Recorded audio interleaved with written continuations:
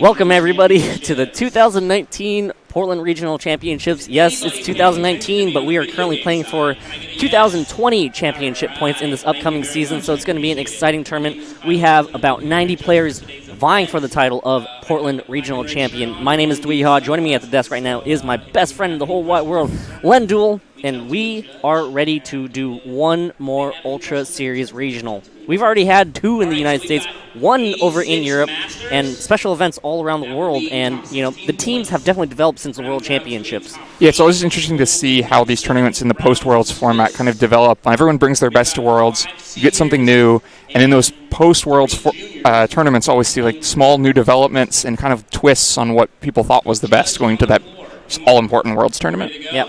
This is going to be a very abbreviated pre-game show just to, get you caught up, little intro to the stream, but guess what? We're ready for round one right now between Yuanhao Li and René Alvarenga, both players. One player from Canada, the other player from Salvador. Yeah, should be a really exciting match. Both players have been very successful. Yeah, and we are actually, round one is underway already here. Len, quickly, smart money. For the whole tournament? For the whole tournament, yeah. I think my smart money's on Kyle Livinghouse. He's already won one regional. You know, he's seemed good in this post-Worlds format. Okay. I'm ready to see him win another one. I mean, he did extremely well in Ultra Series last time, so yeah. We're here now. On the other side, for me, smart money, Raghav Malavia. I just believe in the kid. All right, getting ready now to jump into round one here. René, a player from Latin America. He's done quite the trip right now from going to South America all the way up here. He competed last week at the Virginia Regional Championships, right? Mm-hmm. And now he's here in Portland trying to get some championship points to put him in that Latin American championship point race. Yuanhao from British Columbia, not too many events up in the Pacific Northwest, so he's trying to get as many championship points as he possibly can.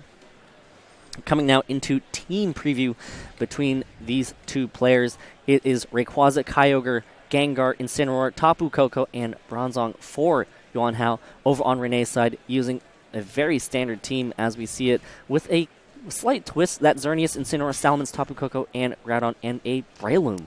Yeah, it's interesting to see the Tapu Koko and the Breloom together. You've got to think that means he's planning on those two all-important restricted Pokemon, and then probably the Mega Salamence really frequently. And so then that last spot's pretty flexible. Doesn't hurt you to have both the Sleep and the Electric Train if you never plan to bring both. But there is the Electric Train on the other side. Though I do think Breloom could be nice against that Bronzong, who's offering like a little bit of a Trick Room variant for this Kyogre team that could otherwise be a problem for the fast Salamence. Obviously, Xerneas trying to move quick. And then depending on their speed relationship with that Kyogre and that Groudon, the Trick Room is either very valuable or not. Yeah, and here we are now getting underway for round one here. This is going to be an exciting tournament. You know, I always love seeing the post-Worlds metagame develop to see what other techs that the players can come up with to try to take home as many championship points before we move on to Sword and Shield. And Yuanhao leads with Incineroar and Gengar. Gengar had a strong showing at the World Championships, as René leads with Salamence and Incineroar. So a lot of Intimidate going to be used, but it's not going to matter for that. Gengar is going to be important on that Incineroar, weakening the amount of damage. But, of course, Incineroars are able to easily pivot with that U-turn move and switch right in and then switch right back out. So that Incineroar can easily get out if it wants to. Yeah, both Incineroars not too hurt by this Intimidate. You know, Gengar's still under threat even from a -1 Incineroar. On the other hand, the Incineroar's not doing too much to Salamence or the other Incineroar anyway, so they're probably fine with that. The fake-out pressure against Salamence is nice here. Obviously, Gengar doesn't have to worry about that, but is more worried about a Dark move actually coming to that spot. Probably can't accomplish that much this turn either. Your only real offensive output would be to both fake out and attack the Salamence, which just is very likely to go into a protect. So I think both players probably just looking for kind of the next board position after this one. Yeah, again, those Incineroars, if you don't think you're going to be dealing a lot of damage, just click U-turn, save that Incineroar for later.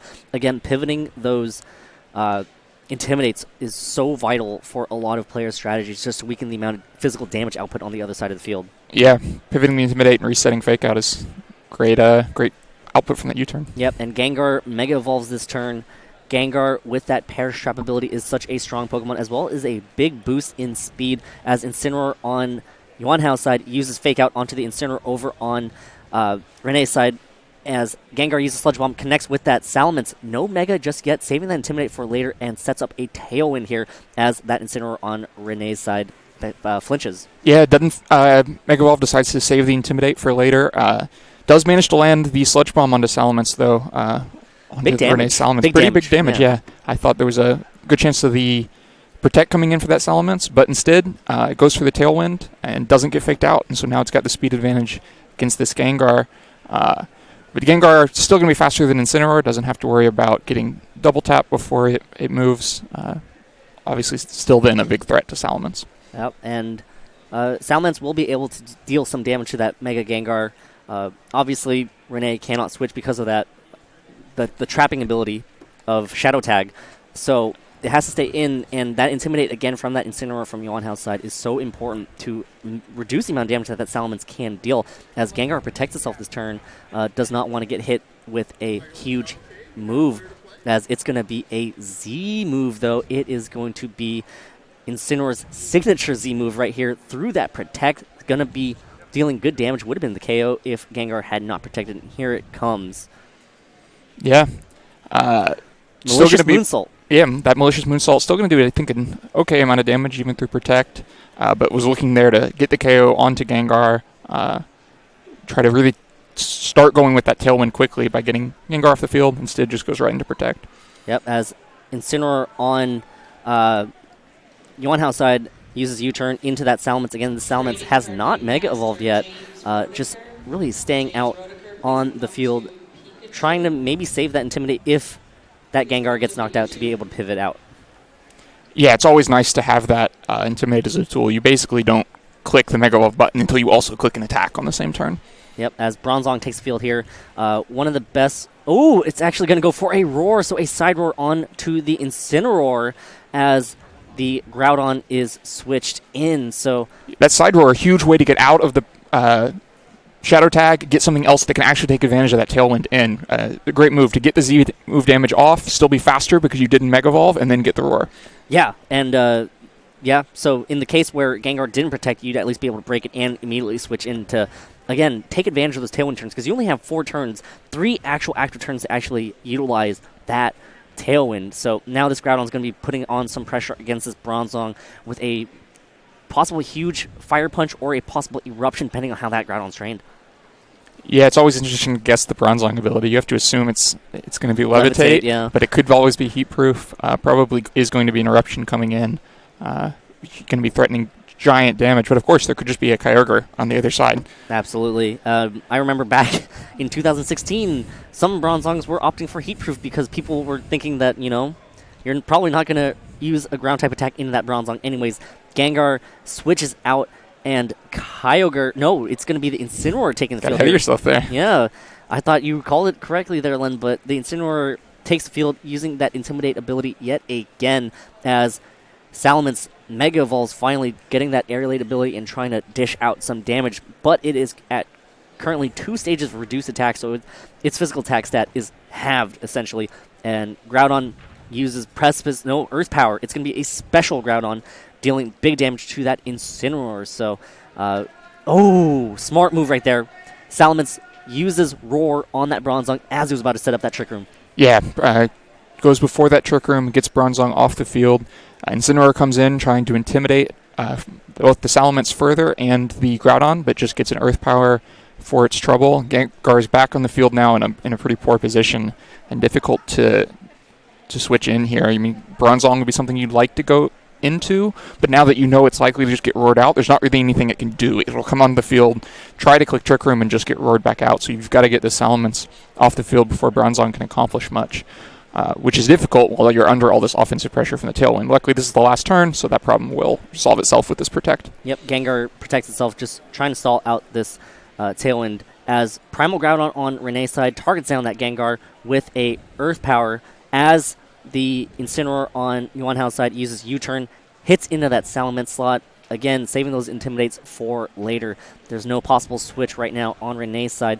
You know, that's one of the issues dealing with a Mega Gengar. That Gengar out on the field, you can't do anything to be able to move back and pivot at all as Kyogre takes the field. And with that Gengar out on the field, that means Kyogre is going to have that weather advantage. Yeah, it's interesting Kyogre comes in here and not Bronzong. Has to watch out for some damage coming in this turn.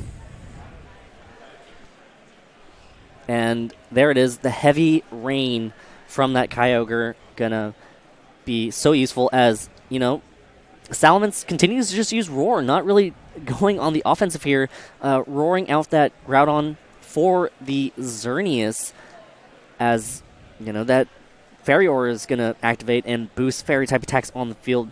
So, again, one way around Shadow Tag is just roar your things out. Yeah, I mean, I guess he then is predicting the Kyogre to come in, trying to stop any fire move, maybe aimed at a possible Bronzong switch instead. So the Kyogre comes in, stop this fire move. The answer is roar the Groudon, get it off the field, let it come back in to cancel to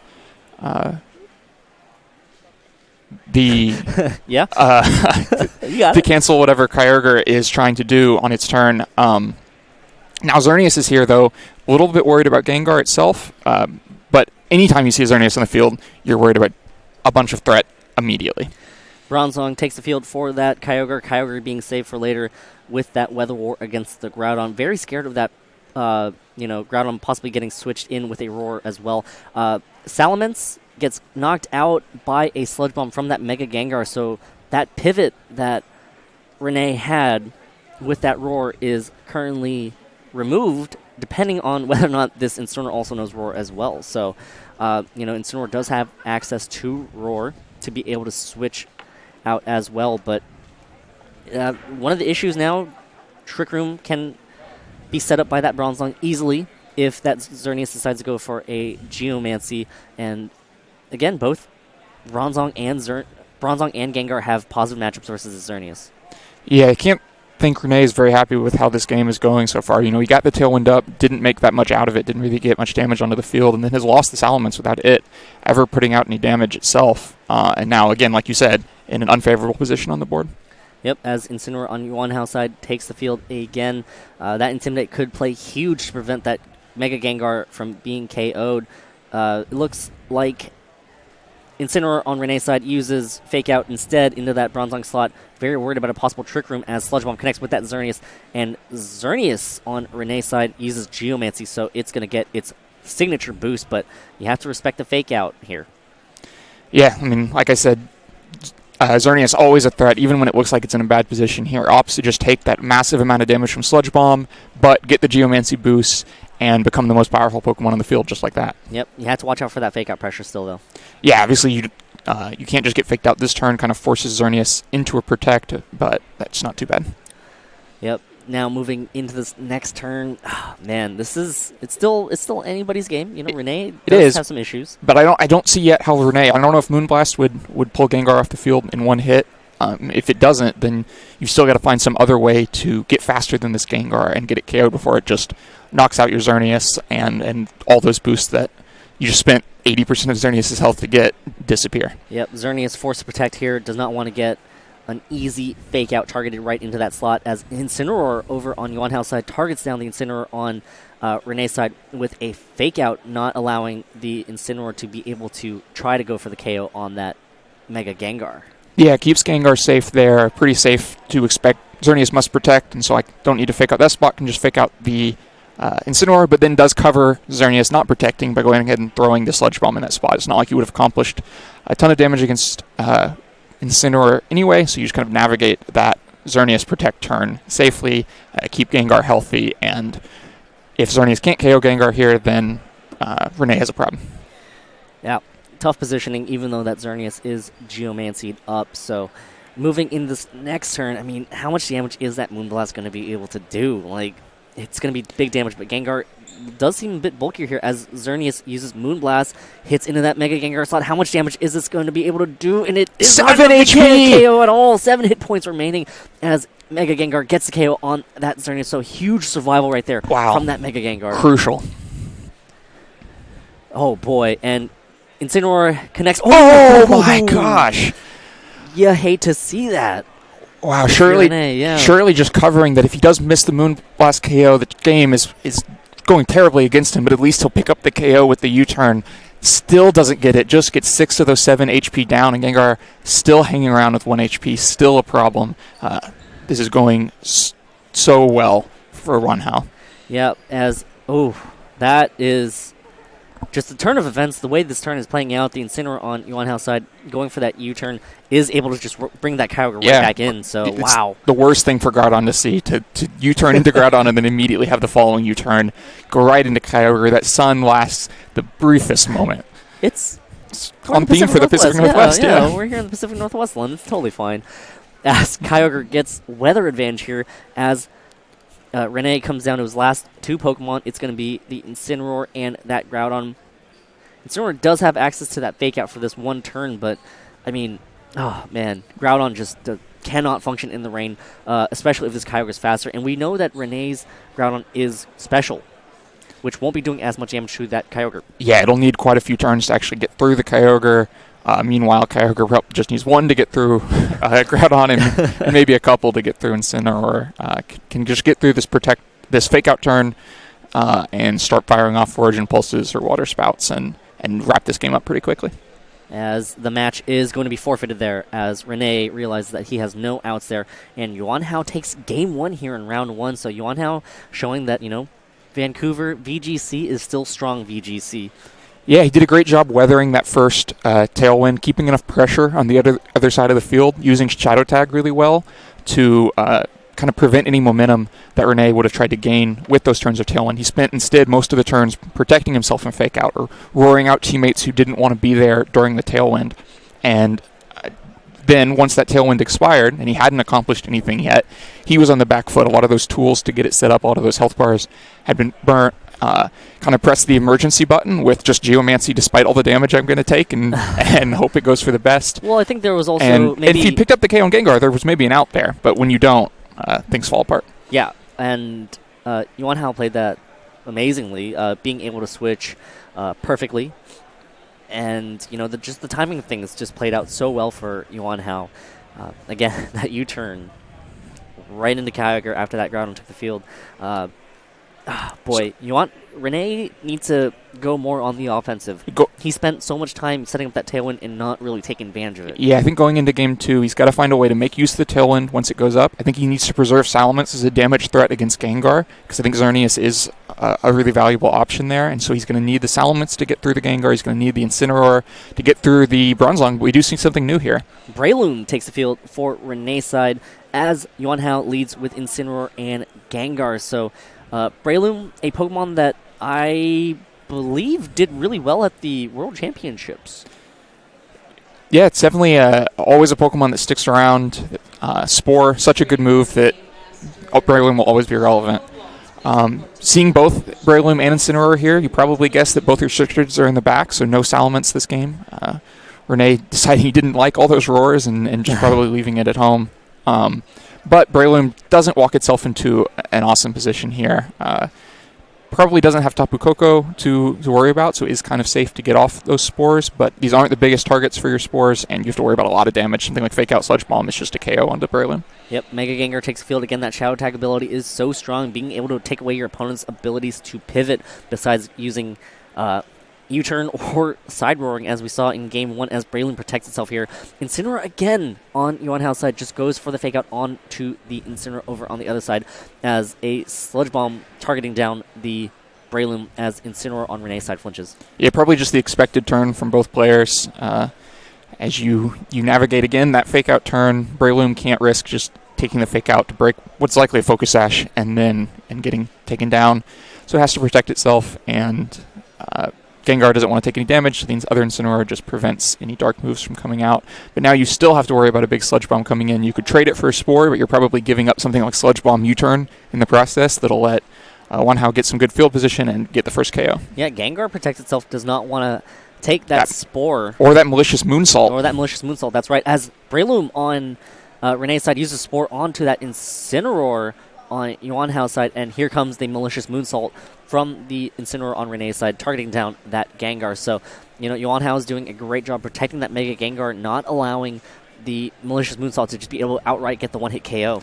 Yeah, there René kind of offering the trade of Sludge Bomb for Gengar being KO'd. I think Yuanhao makes the smart move, turns down that trade, does let Incineroar go to sleep, but keeps that very important Gengar healthy enough to take something like that Geomancy-boosted Moonblast later in the game. Yep, and, one thing is that Breloom's Focus Sash still intact, which is going to be important to allow it to possibly survive. Well, will survive the Sludge Bomb and go for a Spore on that Gengar. More Spores are coming out now. I mean, that's the thing. When you allow the first Spore without actually getting any damage onto Breloom, kind of the momentum is there. The restrictions are off on Breloom, and it's going to get a couple more Spores off in this game, likely.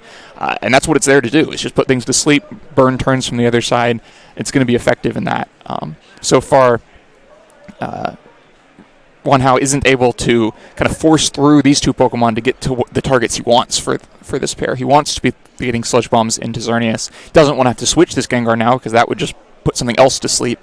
But if Gengar falls asleep, then you start really worrying about that Xerneas in the back. So I think this is actually a great position for René so far. Breloom really showing its worth. Yep, and Gengar uses Sludge Bomb, connects with that Breloom, that Focus Sash. Again, a crucial item on that frail Breloom. 30%?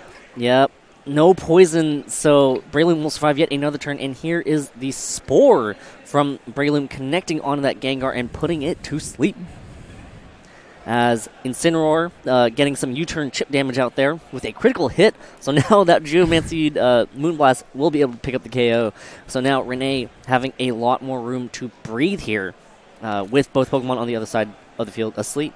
Yeah, you'd have to imagine that this is the perfect atmosphere for Xerneas, right? As it does come in, you have both Pokemon on the other side asleep. What more could you ask for to start clicking that Geomancy button? Yeah, and you don't want to just switch when both of your Pokemon are asleep, because that Breloom is just free to go for yet another Spore. So if you switch incorrectly, you might risk another Pokemon being put to sleep. But I think this is a turn where you probably are kind of safe to switch, because I think Breloom has to get off the field here. It's not going to accomplish much. Can't touch Gengar hardly at all. You don't care too much about picking up chip damage on his Incineroar, so you get it off the field, but maybe not. Yep, Incineroar on Yuanhao's side switches as Bronzong takes the field here to deal with that Xerneas over on the other side. Gengar takes a quick turn to take a nap as Xerneas now free to use Geomancy. So is Breloom going to be reading that Bronzong switch and going for the Spore in that slot to put it to sleep? Even if it doesn't, it's free to just go for it in the next turn. Yeah. Bronzong a great answer to Xerneas, but has to not get put to sleep before it moves. Yep, and Breloom does go for the... No, it actually just goes for a Mach... Nope, that's not a Mach Punch. That's a superpower. That's a superpower, yeah. I've never seen the superpower animation. No? No. Yeah, so Breloom, a Pokemon that often doesn't care about its stats that much in the end. It's sitting at 1 HP. That defense drop doesn't hurt it. It might be the only time it attacks instead of just sporing the entire game, so it doesn't care about losing its attack too much. So Superpower, a good option for it there. And you have to imagine now it's the Spore coming in against the Bronzong, and Xerneas ready to get that Moonblast into Gengar. Is it a KO this time? Yep, does big damage to that Gengar, and Gengar gets knocked out this time, so that U-turn critical hit just putting it within range. Yeah, it might have been the difference. Breloom goes for a... No, just missed the attack. As looks like Bronzong goes for a Gyro Ball into that Xerneas. Could have been a safety goggles negation. Could have been, yeah. That's actually a good possibility, just to be able to bypass Amoonguss and Rage Powder and stuff like that. I would guess that's what that was. And so Bronzong able to get a lot of damage out there. That full power Gyro Ball doing a decent amount to Xerneas, and the turn not going as badly as it would have if Bronzong had just gone straight to sleep. Yeah, and, that did good damage, but the key thing is that Xerneas was able to survive to be able to dish out some more damage this turn. So good information for René to have, to know that, that Bronzong is carrying safety goggles. Yeah, now he's got to figure out how to get it off the field, though. I don't know, something like a Superpower and a Moonblast would accomplish that. Probably just protecting Xerneas and trying the Superpower first, but you're then burning one of those valuable turns where Incineroar is just sitting there. And you do have to worry about something like just waking up into Fake Out. Yeah. Always a possibility. Yeah, that is a huge possibility, but Incineroar continues to snooze as it went for that Fake Out this turn. And here is a Dazzling Gleam from that Xerneas. Big spread damage right there as Breloom just uses Superpower, connects into that Incineroar, and gets the KO from that range despite having one attack stage drop already. Yeah, this is interesting. René probably just deciding it's unlikely he can KO the Bronzong before it gets the KO on Xerneas, so he picks up the most that he can with the Xerneas and allows this Trick Room to go up. That's going to kind of twist the whole perception of this game. Yeah, and now with Trick Room up, René also probably realizing that Groudon is in the back, as well as Incineroar can easily deal with that Bronzong as well. Just leave it out on the field. Once it KOs the Xerneas, it's whatever. It's done its job. Xerneas has already picked up 2 helped in the got the KO on the Gengar and helped with the KO of that Incineroar. So Xerneas has done good damage. It has, but I mean, this is still a close game despite what the Pokemon score looks like. You'd have to imagine that Bronzong has skill swap with the way this game is playing out, and so you have 4 turns now for this Kyogre to just Origin Pulse, and everything we've seen so far is going to go down to 1 Origin Pulse or Water Spout. If it's Groudon, Incineroar, and these two, where is the thing that can actually take the damage? And so this could, still definitely be a Trick Room sweep in range for Yuanhao. How is this going to play out right now? I think you've got to get Incineroar in there where Fake Out is enough of a threat to get Bronzong off the field.